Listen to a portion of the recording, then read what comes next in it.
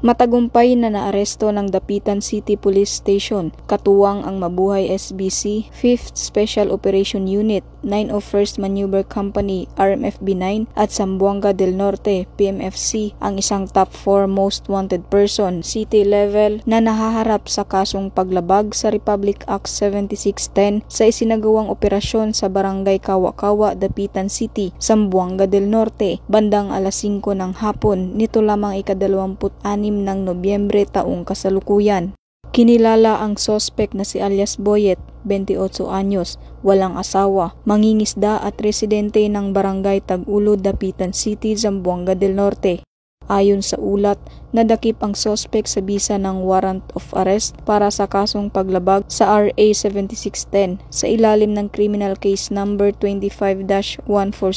na inihain ni Honorable Florendo Bolante Upay, Presiding Judge, Family Court, 9th Judicial Region, Branch 4, Dapitan City, Zamboanga del Norte noong November 26, 2025. Kasalukuyang nasa kustodiya ng Dapitan CPS ang akusado para sa tamang disposisyon. Ang matagumpay na operasyon ay patunay sa pagsisikap ng mga otoridad na hulihin ang mga taong gumagawa ng kasamaan para sa pagkakaroon ng tahimik at mapayapang komunidad. Mula dito sa tanggapan ng kapulisan sa Rion Siam, ako inyong PNN Correspondent Patrolwoman AG Cortez, alagad ng batas, tagataguyod ng Balitang Pulis.